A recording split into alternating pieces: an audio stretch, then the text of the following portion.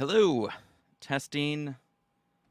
It's always nice too if someone's already watching to let me know in the chat that you can hear me. Just to double check audio, and you should be able to see me. And we'll get started here in just a couple minutes, just making sure that we are live everywhere. And while we're waiting, let me know in the chat where you're watching from, if you've ever used ML monitoring before, or maybe why you're interested in maybe starting to use it. If you've done any machine learning projects before, whether that's just for school learning or if you actually have anything in production. It's always fun to hear a little bit about what the audience is working on. So let me know in the chat. And it's great to see, as you, the part of the audience, kind of seeing what everyone else is working on in the workshop as well. And it's got a message about someone trying to join. Again, let me know in the chat if everything seems good, or if you can hear me. Awesome. Someone responded. They said they're in Portland, a data engineer working with data science. They want to know how to help them more. Awesome. Very exciting. I love Portland too. I'm in Seattle, so I'm not too far away, and I go down there quite a bit. And if you have any recommendations of what I should eat next time I'm in Portland, let me know. Oops, sorry, hit my mic.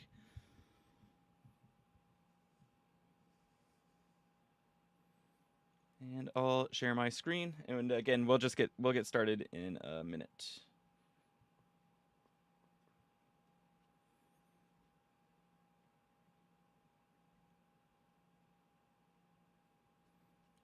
And I assume everyone can see my screen. I'll go ahead and share a couple links just while we're waiting for people to roll in. You might have seen in the event description for this, this is kind of this workshop can be a standalone, but it's also kind of part of a series. So we'll be doing over the next 4 weeks or 3 weeks after this, kind of a four-part series on ML monitoring. Today, we're going to kind of go over some of the basic concepts and implement detecting data drift in a couple ways. So we'll use a platform for that. We'll also use an open source library. So there's a couple options that we'll cover. And then the next week, we're going to be covering how to monitor a little bit more about your model. So today we're going to see how to detect data drift, and we're going to cover some of the basic concepts around that. And then the week after that, we're going to go a little bit deeper and see how we can kind of monitor for bias and fairness with something called tracing on our models. And then the week after that, we're going to go and talk a little bit about ML explainability. So kind of ways that we can understand why our models might be making predictions and how to log those. So again, you don't have to go through all of these, and they can all be kind of standalone workshops on their own. But if you do want to cover kind of all these different concepts, I recommend joining. And I shared a link in the chat. I'm going to share a link in the LinkedIn stream real quick as well. And it looks like we have quite a few people here. So let's go ahead and get started. One other link I'll share before we go. This is kind of part of the setup if you want to follow along. So this is going to be a lot of hands-on. There is a sign-up link for the platform we're going to use today called YLabs. And I'll go over this again when we get to it, but if you want to go ahead and create an account, it should take just a minute. There's no card or anything required, so it should be very easy to set up.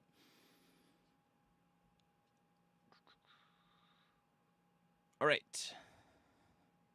And I see a lot of people join, so again, I'll just say, how's everyone doing? If you want to let me know in the chat, bare minimum, where you're watching from. It's kind of fun to see a little bit about the audience. And it's kind of fun as you and the audience to kind of learn about other people watching as well.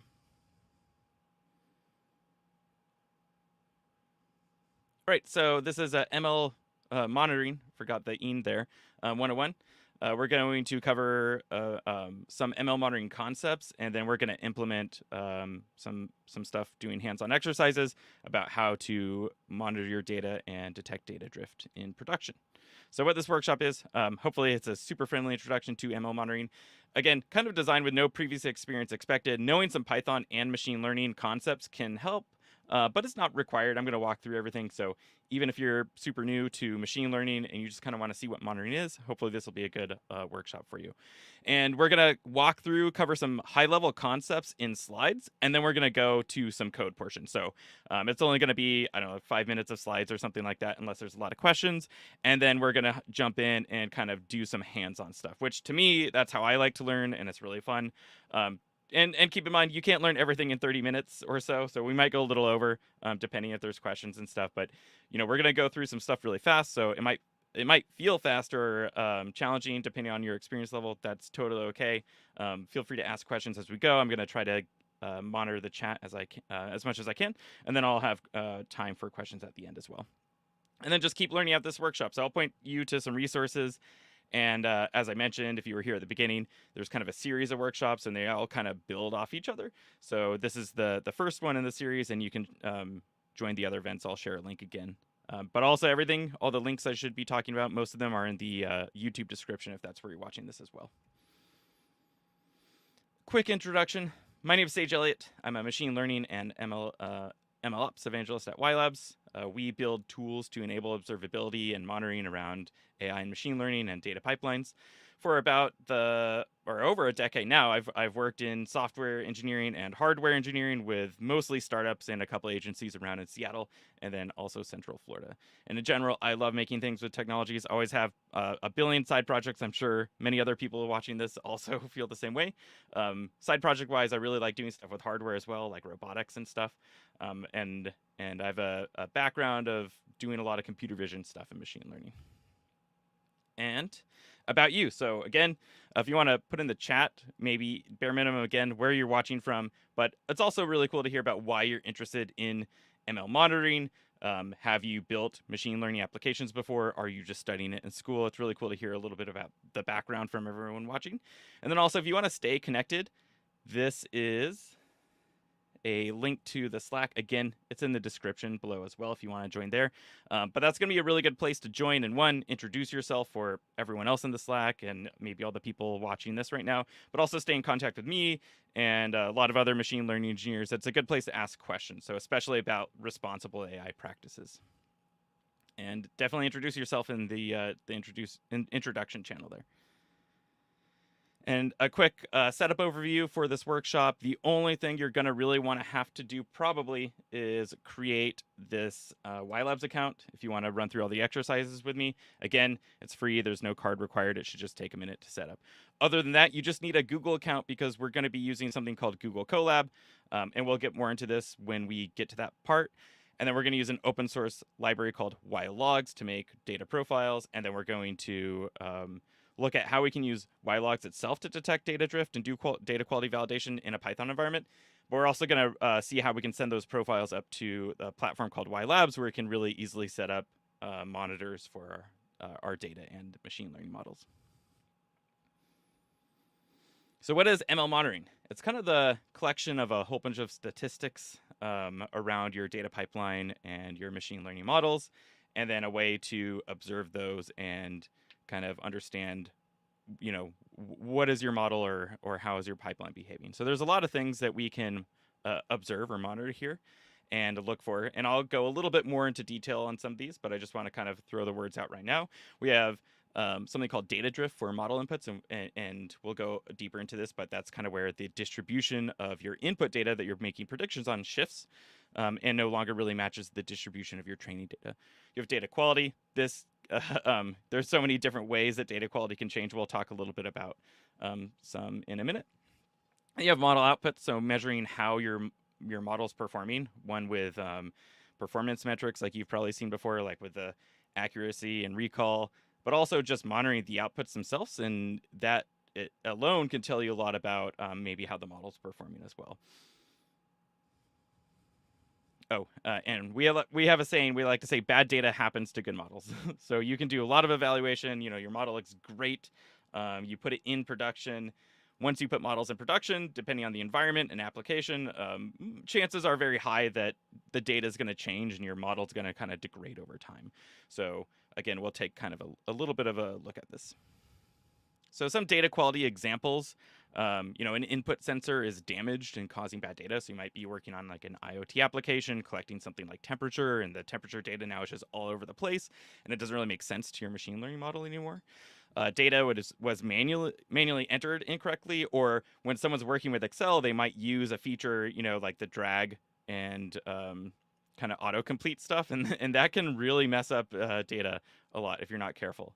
If you're doing something with like computer vision, the camera could have moved, or someone could have turned off a light. All these things are kind of like changing the quality of your data, and it can have a big impact on your model performance.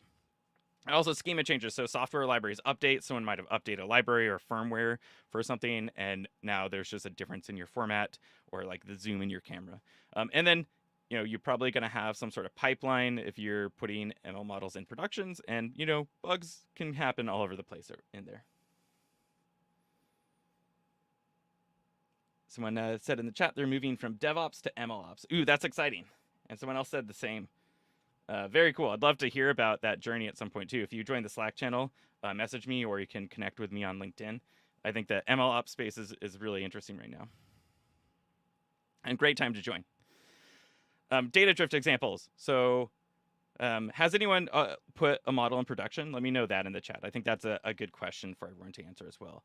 So in this case, data drift happens when the input data for predictions no longer is as close to the original training data. It's kind of a simplified way of putting it. So our input data changes. This can happen for a lot of different reasons, like seasonality, a new group of users, consumer preferences have changed. Seasonality is a big one. So if you train all of your models in the summer, people might have a different behavior than versus the winter. I like to use a computer vision example for that sometimes as well. So if you trained a animal detection model, and let's say you're looking for cows, and all of your pictures of cows are them standing in a green pasture. And then all of a sudden you have winter data and they're standing on white snow. Well, all those green pixels were in the original training data set. And if your model doesn't really quite understand what to look for with all the now white pixels in the background, that can really throw off your model. Same with like if you're training a people detection model and all your model data was in the summer and everyone's wearing like tank tops and baseball caps or something, and then in the winter they're wearing completely different clothing, that can also really throw off your model. And again, if you have examples of data drift, put those in the chat. It's always really fun to hear. Like, have you put a model in production, or even if it wasn't in production and you were just playing around with models, did you ever experience data drift anywhere? Let us know. An example of concept drift. So this can be where the model's basically stale at this point. Maybe it hasn't received any new training data in a long time. So one of my favorite examples for that is a housing market. If you trained a model, 10 years ago, and you just were looking at things like number of rooms and square footage, and the model's outputting a price of like 50K or something like that, but now that house might be worth 500K. That just means like your model, was trained on this old data, and it's kind of stale to the current values of the house in this case. Again, if you've seen examples, put them in the chat. And then some other areas of ML monitoring. We won't go very deep into these, and we're going to cover them in other workshops though. So again, if you want to register for those, you can go to that link I shared in the chat, the ylabs.ai/events. We're going to be covering all these things and doing exercises around all of them. So we're going to cover model explainability and how to detect some bias and fairness in the next upcoming workshops. But they're important ways to understand, again, like why your model's behaving the way they are. All right, so real quick, just a few more slides, and then we're going to get to hands-on stuff. So we know that we wanted to measure change or look for change or some sort of issues inside an ML application. So most ML applications have some sort of pipeline like this. So the first goal would be to establish where change can occur. So you have your ML pipeline, you have your model inputs and outputs, you have your model performance, you have the actual customer impact from your business side of things. So you want to understand, like, okay, where could change occur? It depends on how your pipeline is set up, but bare minimum, if you have a machine learning model, you probably always want to be monitoring the inputs that go into that model, and then you want to monitor the outputs out of that model. Ideally, you get ground truth with that, so you would have some sort of annotation along with the predictions, so you can see actually how accurate or what the score is that you want to measure for your model. But getting ground truth isn't always a possibility, or it might take some time because you have to have someone annotate it. So you can actually just model the monitor the model predictions and kind of understand a lot from that as well. And again, we'll go deeper into that in the next workshop. So now that we know kind of where changes could occur, we want to establish a meaningful baseline. So again, in bare minimum, if we're just monitoring the input data and output of our models, we could say we want to compare all the new input data to the original training data set. And this is a really good way to get started, especially if you don't have a lot of production data yet. You just trained a model, you have training data, you're putting this out into the field for the first time. So you want to compare any new data to the training data and see if the distribution is similar or if it's very different. That'll give you a good idea of how close the data is to your actual training data. Or you can use a moving window. So this is a good way to account for kind of some seasonality and a few more changes. And we'll look at this when we implement it. We'll go a little deeper in this. And then we want to analyze the change in the application. So we've established what we want to measure, and we want to pick a good metric for that. So is it the distribution distance between our data sets? Is it missing values? Is it data cardinality? Is it the overall performance? So these are kind of the top 3 things I would want to think about if I am implementing ML monitoring for the first time. And at bare minimum, you probably want to monitor that input data and then the output, and ideally that would be performance data.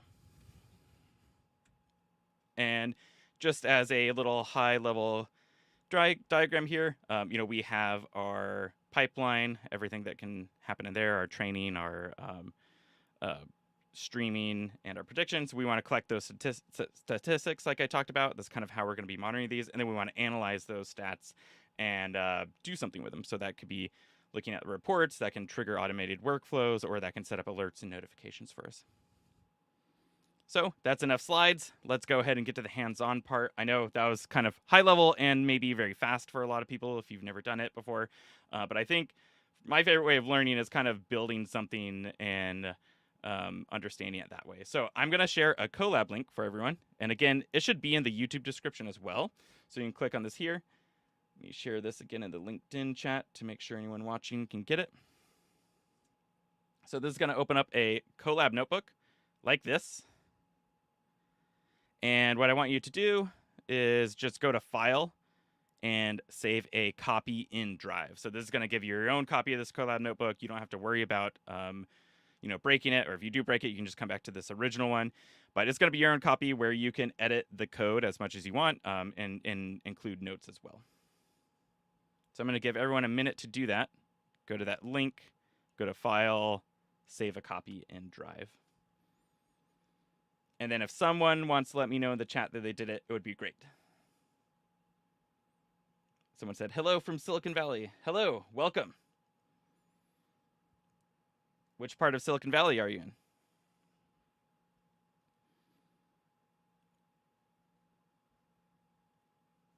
And again, once you make a copy, one person in the chat let me know that you made a copy just so I know that it worked for everyone.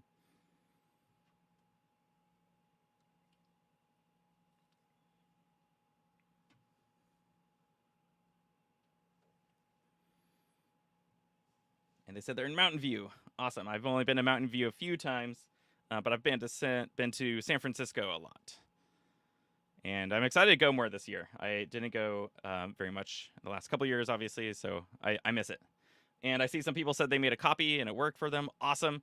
So now that we have our own copy, this is Google Colab. If you've never used it before, it's essentially Google's way of hosting a Jupyter notebook in kind of like Google Drive.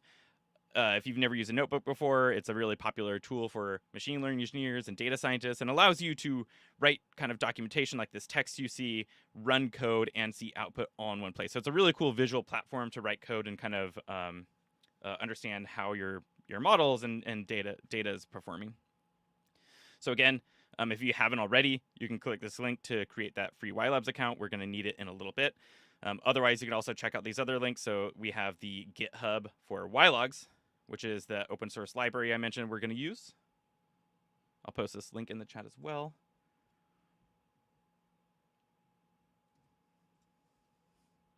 And I'll just always mention, we always appreciate any GitHub stars. So if you go to that GitHub link, want to give us a star, always appreciated. And then again, there's the Slack channel link, so good place to ask questions later. All right, so now that you have your copy, let's go ahead and run this first code cell. It can take a minute to run this first code cell, not a whole minute, probably like, I don't know, 10 seconds. It feels like a minute when you're presenting, but you'll see that it did a little initializing thing up here, and now it says we're running. So once you get this little green check mark, we should be good to go. And besides just hosting a Jupyter Notebook, it actually gives us a whole kind of Ubuntu instance here, so you can actually run terminal commands by using the exclamation mark at the beginning, like ls's listing directory. You can see there's some sample data that it already had in there for us. All right, so let's install our dependencies. We're going to pip install ylogs with ylabs and visualization dependencies in them. So go ahead and run this. It should just take a few seconds to install. Google Colab comes pre-installed with a lot of common machine learning libraries and data science libraries. It already has things like pandas and NumPy pre-installed for us. TensorFlow, all those things are in here. So we just want to install ylogs because it's not in here by default. And then we want to hit this restart runtime. This is very important. If you don't hit the restart runtime, I think it might give you an error later. So you can install new packages into Colab, but if you're replacing an existing one, it will give you this thing to restart the runtime. Go ahead and click that. Say yes. You'll see it's restarting up here in the corner. Oh, let me zoom in too. Sorry, this might have been a little hard for some of you to read. Is this good? So once you hit that restart runtime, we should be good to go to run the rest of the notebook. So also, I'll just mention you can hit this little play button to run each code cell if you want, but I often hit Shift Enter, so you won't see me doing that. Shift Enter runs the code cell and then moves you to the next one. So you can just hit Shift Enter, and you'll keep running all the code cells. So let's go ahead and import our libraries that we're gonna use: ylogs, pandas, datetime, OS. And then we're gonna set some option in pandas to display all the columns because we want to look at a profile that has a lot of columns and we just want to be able to inspect it. Next, we're going to get our data sets here. This looks a little ugly. I'm just loading in several CSV files here that we're going to use as our data set. We're going to use this kind of replicate or emulate us running days of like data in our pipeline. So all this is doing is reading in just some CSV files. We'll see what they look like in a second. And then I create a list that has all the data frames in it. And if you've ever trained a machine learning model before, chances are that you might have used something called the iris dataset. This is kind of a synthetic iris dataset here that, spoiler alert, has some issues that we can detect with our ML monitoring. So we have these 4 features. And let's go ahead and look just at one of them. And you can see that there's 4 features in our data frame. And this is kind of what they look like. So just a lot of numbers here with the petal length, width, and sepal length and width features here. So let's create a profile of our data set. So profiles with ylogs are really cool and interesting. They're incredibly secure. They're really efficient. They're customizable. They're mergeable. You can use them on all sorts of different data types. So today we're going to be using tabular data, but I often do a workshop on doing this for computer vision as well. So if you're interested in doing stuff with computer vision or text, go look at the ylogs examples. Again, you can go check these out from this link here on the ylogs GitHub. We have a cool newer feature around embeddings as well. So if you want to monitor stuff with embeddings for images or text, there's some cool features around that. So let's go ahead and see what a profile looks like, and you'll kind of understand why these are so lightweight and efficient and secure. So we're going to create a new profile by calling y.log on one of our data frames. Then we're going to create something called a profile view, and then we're just going to send that profile view to pandas so we can view it in a pandas data frame. And this is what a ylogs profile looks like for one of those data sets we had imported for one of those CSVs. So we have some numbers right here at the start. It says cardinality estimate. So it's estimating that there's about 300 unique values, in which there is, because if we looked at our data set here, these are really long fractional numbers, and all of them actually, I think, are unique. So it's saying there's about 300 unique values here. If we scroll over, we have some other things like counts. There's 300 rows in here. Distribution max and mean and median in mid. This is kind of how I like describe it. There's a little more stats in here, but if you think about taking a data frame and then you're just looking at the max distribution of each of those features, like the sepal width, for example. We can see that what the max value would be. We can see what the mean would be, and we can see what the min could be. And then we have some other distribution metrics like quantiles, the top 5%, 95%, etc. And then you have types. So in this case, they're all fractional, but you could have types of integer, objects, strings, tensors, and Boolean as well. So this is why these are, one, lightweight. You can see that it's just kind of a data frame of all these summary statistics about our data, and why it's secure. So there's really no raw data in here at this point. It's just kind of summary statistics about it. So for example, if you're using this in like healthcare or finance, a lot of those industries are incredibly particular about where they send their data or not sending it at all. But in this case, you might be okay sending a profile of just kind of the summary statistics of your data. It doesn't actually contain any patient data really that can be tied back in any way. Does everyone kind of understand what the profile is doing there? Again, you can read more about the YLogs basics as well. There's a lot of other features you can do, like merge them, save these profiles to disk, etc. And all those have examples. All right, so we have this profile. Let's start doing some cool stuff with it to detect things like data drift. And again, we'll see a couple examples. First, we're going to look at writing them up to YLabs, and then we're going to look at examples of doing it in our own Python environment just with the open source library itself. So the first thing we want to do to write these to YLabs is create an account if you already haven't. Otherwise, we want to go ahead and get these 3 things from our account. So I'm going to go to my YLabs account. Yours shouldn't have a project in here probably, or if it is, it's one that's just kind of a starter one to see what data looks like. So go into your YLabs account. Again, I'll give everyone a minute just to pull it up, and I'll share the link again if anyone didn't sign up. Again, there's no card or anything required, so it should be super easy.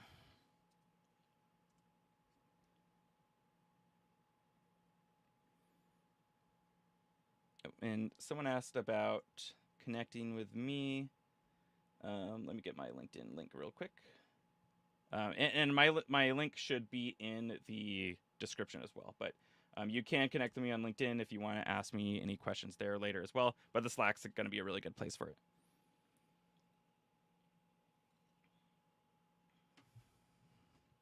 All right, so once you've created your account, you should have a page that looks like this. We're going to hit Create Project, and I'm going to hit Setup Model. If you hit Add Demo Model, that's going to add some demo data for you, but we want to put in our own data today, which I think is more fun, and we'll set you up to use your own data in the future as well. So Setup Model, we get this little page here, give it a name. I'll just call this Drift. What's the date today? March 9th, but you can call this whatever you want. And then we can select a model type. Today, we're just going to be focusing on the data part of it. The next workshop, we're going to go more into the models, but you could select classification model. That's what we'll be building next week. But you could just leave this other model today as well, because we won't get into the performance metrics in this workshop. So you can leave this blank. Hit Add Model or Dataset. So you can see by default, batch frequency is daily. So we write those profiles up. It's going to batch them into a day, and then we're get an alert based on a day. But you can change this to a different time frame as well if you want. So we have our model now. My number is model 95. Yours should be 0 or 1. I'm going to grab this 95 number and go back over to my notebook and replace model ID with it. You can see I accidentally copied over an extra space as well. So delete that space. Make sure you don't have any spaces in your keys here. So we'll go back to YLabs, go to this access token tab from the page we were already on, and we're going to create a new API token. So I'll just call this March 9th. Again, you can call it whatever you want. You can set an expiration date for it as well. Create access token. I'm going to copy this over, go back to my notebook, paste my key in here. And then one last thing, we just want to get our org ID. The org ID is in a couple places on this page. You can already see. I'll just copy from one of these. It's actually in this little drop down as well. You can copy from there.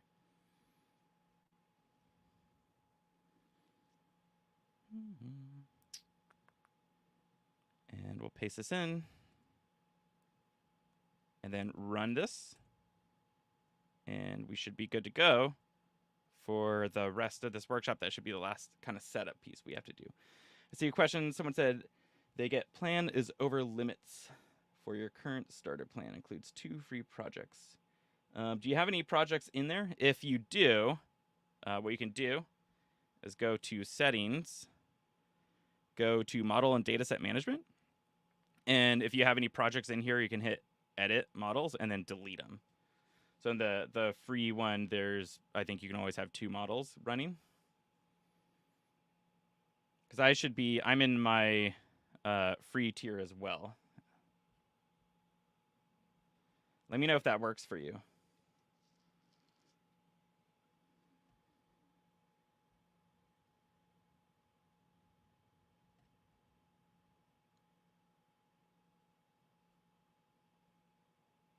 All right, so I'm going to keep going. Did anyone else get that, or were you able to create a project?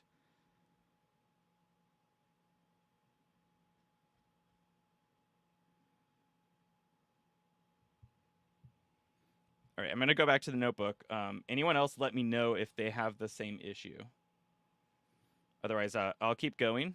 And if there is some sort of issue on sign up, I'll let engineering know. But yeah, if one person wants to let me know they were able to make a new model, that'd be great.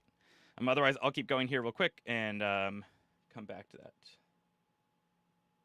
Okay, so the new environment has 2 sample projects in it now. Gotcha. Yeah, so go back. Like I said, you can go to settings. It used to have 1 in it.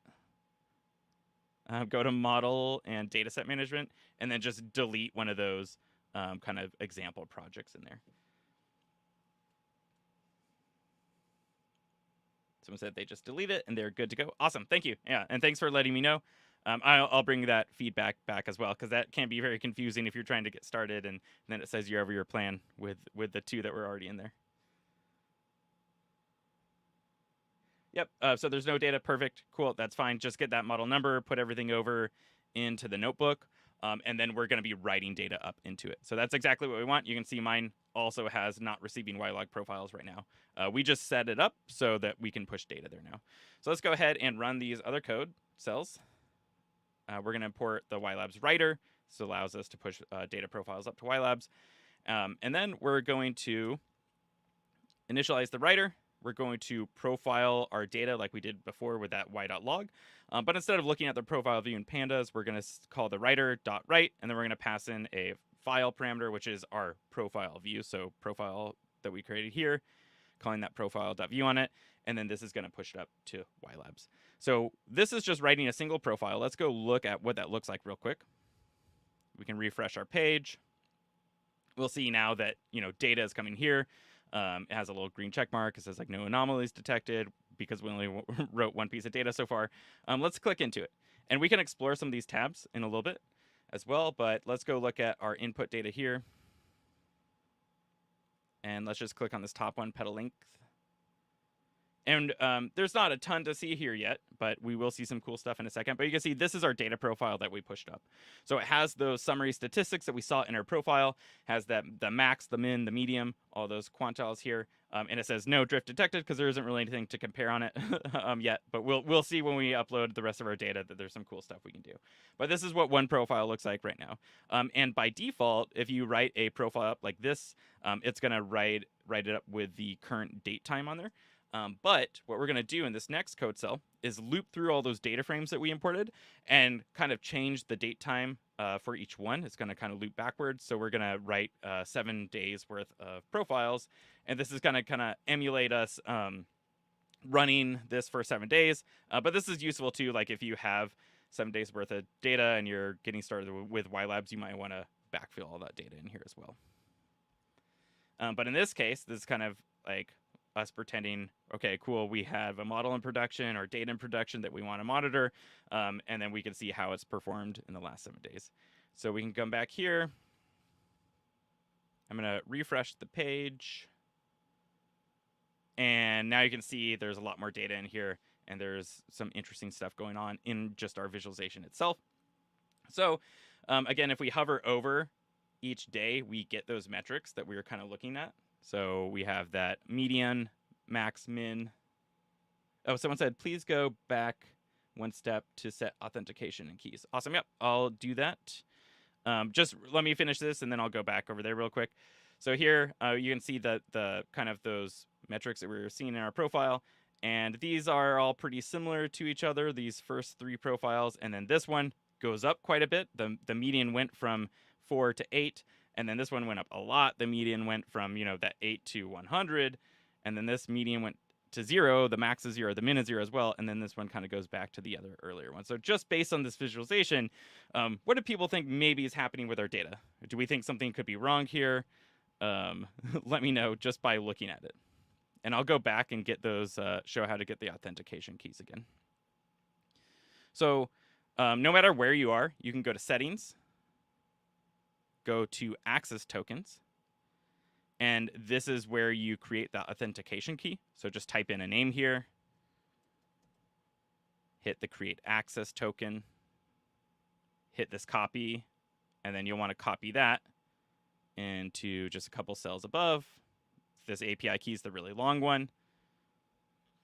You can get your org ID on the same page. Paste that into org ID. And then model ID, when you first create your model, you can see it, but you can also go over to this model and dataset management tab and get your model ID there. So if you already did create it and you forgot to grab that number, you can always get it in this this management section and go to these tabs here. So like access tokens and model and dataset management.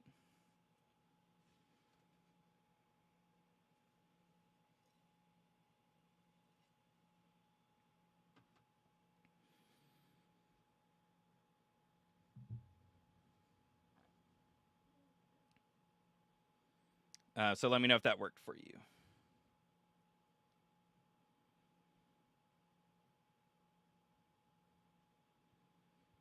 All right, so I'll keep going, but let me know if you do need me to go back.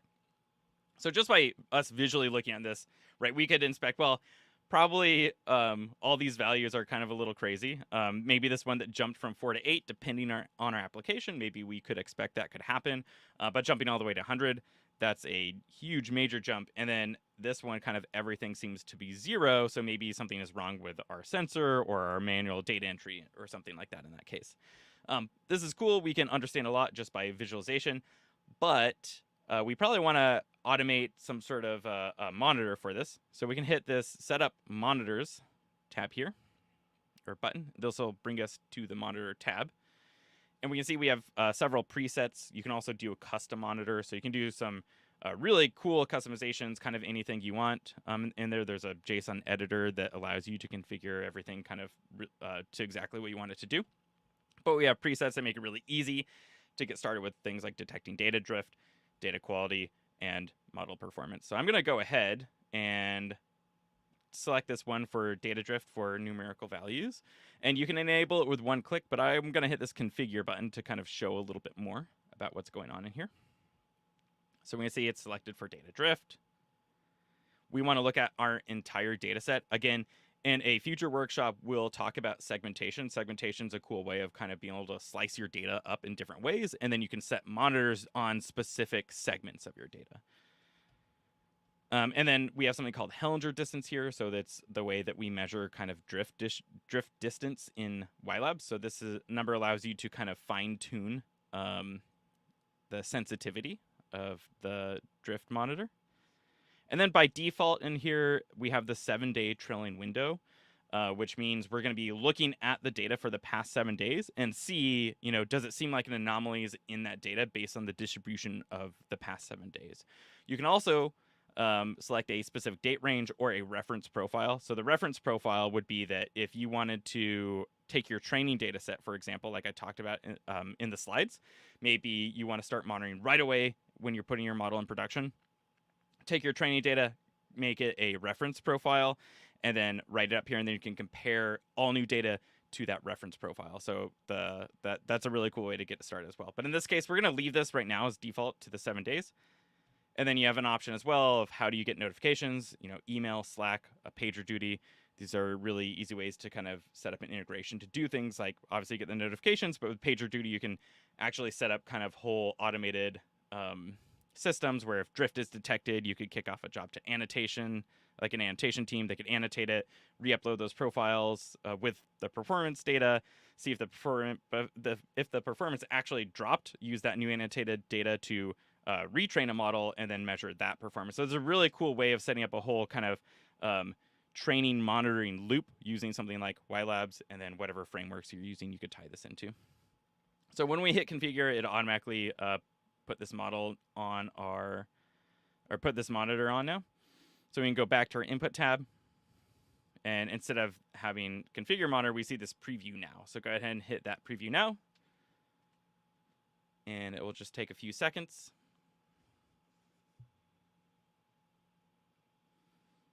And we can see that kind of those three profiles that we thought looked very different, it detected them as drift, right? Or it could be quality in some of these cases.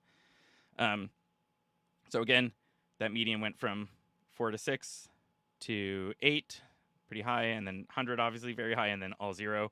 So we're saying, hey, we think something's wrong with these profiles, and then you could now take some sort of action based on this feedback from YLabs.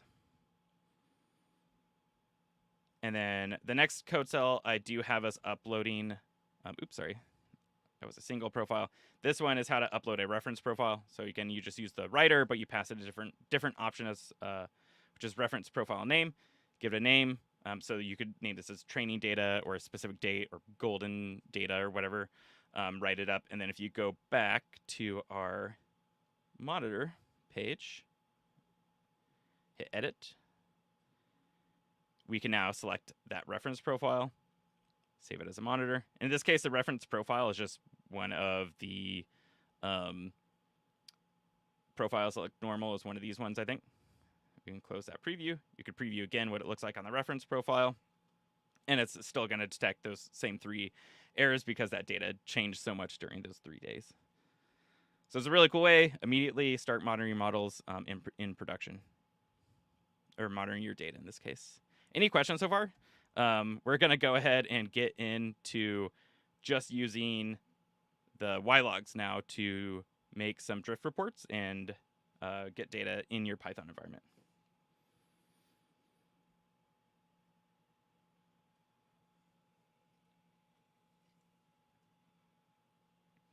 I'm going to keep going because I know we're a little over. I think originally I said half an hour, but I think we're going to go closer to an hour. And I still see quite a few people here, so hopefully you're fine with that.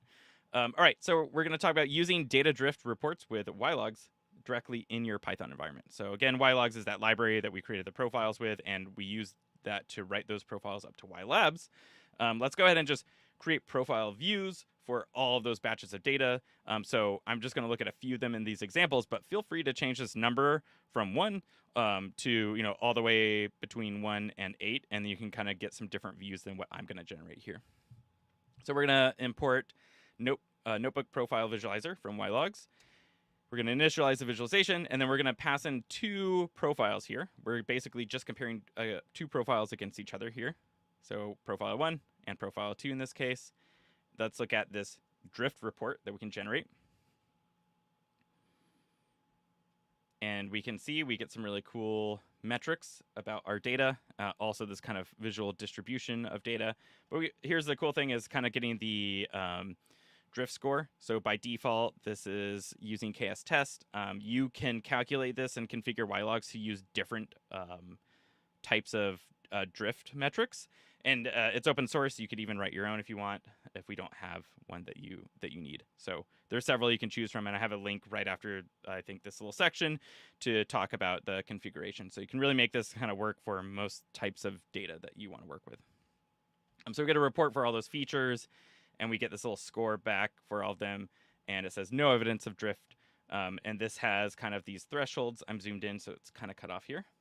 But it has these thresholds that are preset. And again, you can adjust these thresholds in YLogs too and customize it. So this is just saying, if the drift value or p-value in this case is below a certain point, then count it as drift detected or possible drift or no drift. And this is all customizable. So let's go ahead and look a little bit more at at our features, so we can look at just one feature and actually see the overlay distribution of them.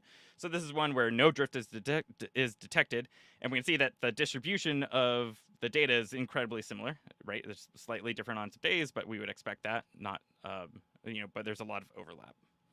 So again, we look at another one, mostly overlapped here as well. Let's look at two other profiles. So we're just doing the same thing we did. Oh, sorry. We're actually, this one is we're looking at the drift scores. So instead of just getting the visualization, which is awesome for us humans to look at, but with code, we want some sort of score like this. If we want to write a program to do something, take some sort of action based on the drift values, we can get that drift value in this Python object. Now let's compare two different profiles. Profile 1 again and profile 6. Let's look at this drift report. We can see that these values are 0 or incredibly small. So the higher the value, the less drift is detected. And in this case, all of these have drift detected. Let's dig in and kind of look at the histograms for some of our features. We can see that this one has some overlap. The distribution has some overlap, but a lot of it is very different. So, one of our profiles goes very low, has very low numbers here, and then one goes pretty high all the way up to 12. So this is definitely probably some sort of data drift that if our model was only trained on this blue data and then now we're getting data that looks like this, we might want to take this new data and retrain our model on it or make sure it's performing correctly. Here you can see that there's no overlap in that distribution of data. So definitely some sort of drift or potentially quality if we weren't expecting that. And again, we'll just get that total score for them as well. And then you could do something based on the score. So again, there's a lot more configuration you can do. And this is just me going through really quickly some of the features. And if you think this is interesting for your project, hopefully you'll go look at the GitHub and see how you can use it in your project. So one last thing we'll cover in ylogs is data validation with something called constraints.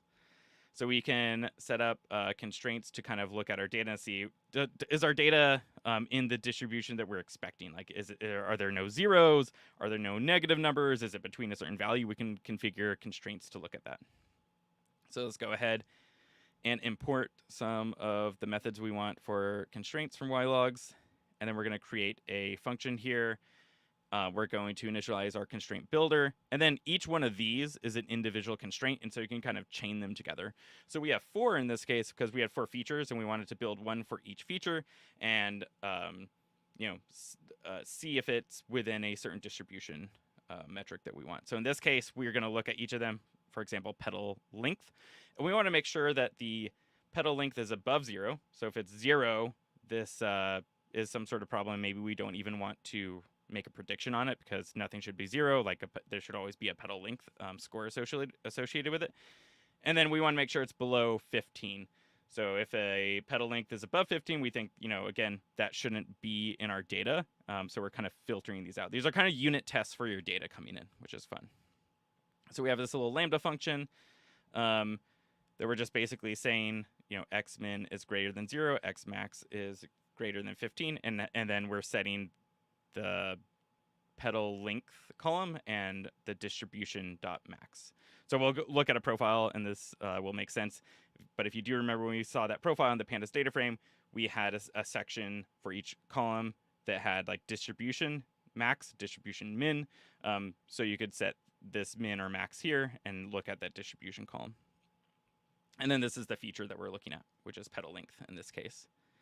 And this part here, this name, you can name it whatever you want. I tend to kind of name it what it's looking for. So I kind of wrote out the formula here saying the petal length is greater than 0 and less than 15.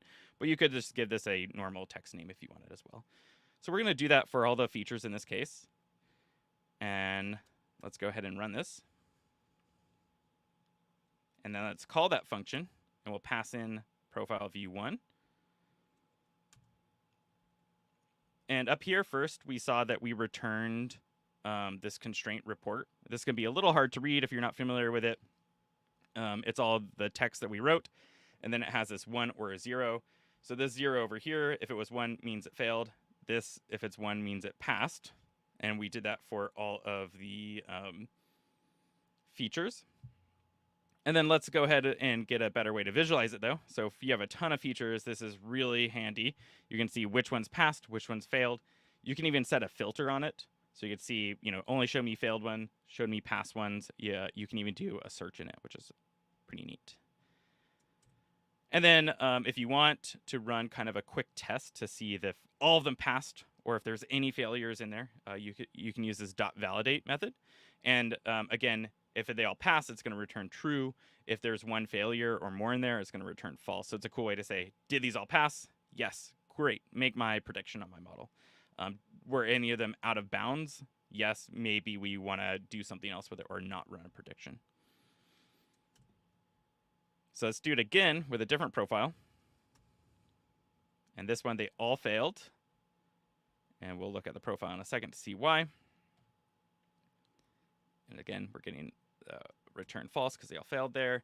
And if we look at this, we see the cardinality estimate is 1, even though we had 230 rows in there, which is kind of interesting. So there's only one value in all 230 rows.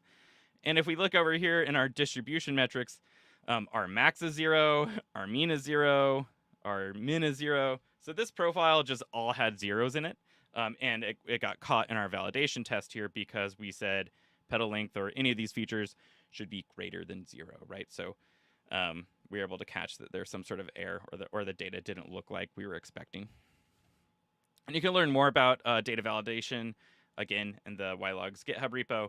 And I have a link here to some other really cool features called metric constraints. So you can actually use ylogs not to just look at the profile here, but in your environment, do more data validation to make sure that emails aren't contained or any other data isn't in there. You can do kind of like a regex expression or something to say, does any of my data match this text? If so, do something. So there's a lot of cool stuff you can do kind of testing your data in your environment. So that is kind of the conclusion for what we had planned today. We looked at how we can monitor data for drift and quality issues. We saw how we can write those up to YLabs and set up a monitor there to automatically kind of catch those and send us notifications or kick off something with PagerDuty. We also saw how we can do it in an environment with ylogs, or do similar things in environment with the data drift report and the validation with the constraints. And also to keep this in mind, the monitoring can be set up kind of anywhere in the ML pipeline. So we talked about in some of the slides earlier on that you probably want to understand where your pipeline could break and set up monitoring in all those places. So the bare minimum, you should be looking at that input data to your model, but there might be other places you want to set up these kind of monitors for as well, especially maybe data quality. And in this example, we saw a major drift with the profiles generated. And we actually didn't run a machine learning model today. We just kind of focused on looking at the data. Running this for a machine learning model outputs is very similar. Actually, if you want to look at just the outputs when they're generated, all you have to do is upload them just like we did with the feature profiles, and they would show up here. If you want them to show up in this output tab, you just add the word output to the feature name in your data frame or Python object, and they'll show up here. But then we can also set up things like drift on them and inspect them in a similar way that we did with features. And then we can also upload performance, segmented data, and explainability features. And again, those are going to be in other workshops coming up. But if we did have a model running today, what do you think would have happened when all that data changed? I mean, it would depend on the model and how we had it set up probably. But that change was pretty drastic on some of them. So it would still probably return a prediction. Like if you're using a k-nearest neighbors, for example, it's always going to be looking at the closest neighbors, even if it's really far outside the training distribution. And it would still give some sort of prediction. And in that case, when they're all 100, they would all be whatever the closest distribution class would be. And we could just look at that prediction and kind of say, well, that's weird that this distribution for a day is all this one number. Something might be up with our data. So again, here's resources. If you want to learn more, we have a lot of blog content talking about monitoring. The GitHub has a lot of examples. Again, there's the free sign up if you didn't do it yet, and you want to play around with this platform on your own. There's the community Slack, and then there's my LinkedIn. All these good places to contact me or ask questions to other engineers. Also, if you're interested, you can fill out this form in the notebook, and we'll create a certificate for you attending the workshop. And then otherwise, hopefully I'll see some of you next week. I'll share the link again. We'll do a quick recap next week. And then we'll kind of look at some of more of the model monitoring features. So we focused all on data today. We'll do data again next week, but we'll also look at the model output and model performance scores. And then we'll get into some other fun features later on. But you can sign up at this link. I can actually get the direct Eventbrite link as well for next week's. Share it in the chat. But otherwise, that is the stuff I had planned to show you today. And I'll stick around if there's any questions for a few minutes. But also, I'd love to hear, like, did this seem interesting? Have you done something like this before? Does this seem really valuable? Does YLab seem interesting? Are you going to try using it in a project? I would love to know.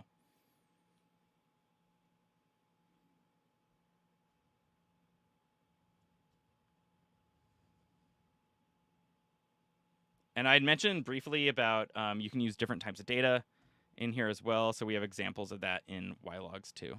So if you do want to go to that GitHub link, go to Python, go to examples, and there's a lot of interesting stuff in here. So we could talk about like logging images if you're using computer vision. Here's a cool example for that.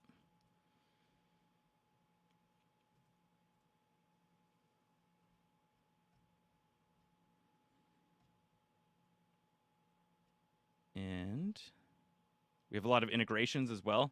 So, I mean, I think you saw kind of how this can be used in most Python environments. You can integrate it really with most frameworks off the bat. It's really easy to set up to use with, like, you know, TensorFlow, scikit-learn. You're just looking at this data or the outputs. And then also same with like Fast API or BentoML or some sort of model serving. You can easily kind of integrate it in there as well. So we have some examples if you're doing like model serving with BentoML. You want to check this out. So you can see here, we're actually using, in this case, something called a rolling logger, which is a feature where you can open up a logger to YLabs and then, you know, set up an interval to log every 5 minutes in this case. So you could do like a ton of predictions or a ton of predictions and then log that data and then upload it every 5 minutes or every day or hours. Someone said, thanks, it was good. You'll use this in the future.